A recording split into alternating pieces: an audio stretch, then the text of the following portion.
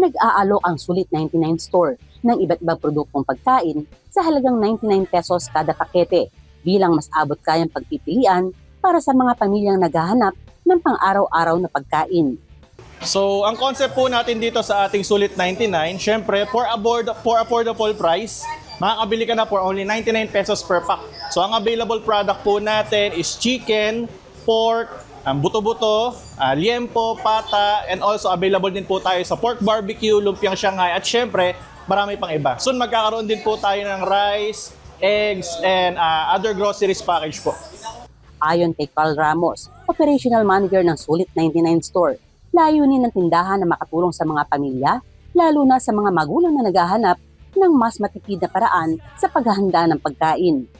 Sinabi rin ni Ramos na dumaraan sa quality control ang kanilang mga produkto upang matiyak ang kalinisan at maayos na paghanda bago ito ibenta sa mga mamimili. Bukod sa kasalukuyang presyong 99 pesos kada pakete, nakatakda rin silang maglunsad ng iba pang mga produkto na mas mababa o mas mataas ang presyo depende sa dami at laki ng mga pakete. Bilang bahagi ng kanilang promo ngayong June, maaaring makatanggap ng isang libreng pakete ang mga mamimiling bibili ng 10 pakete ng produkto.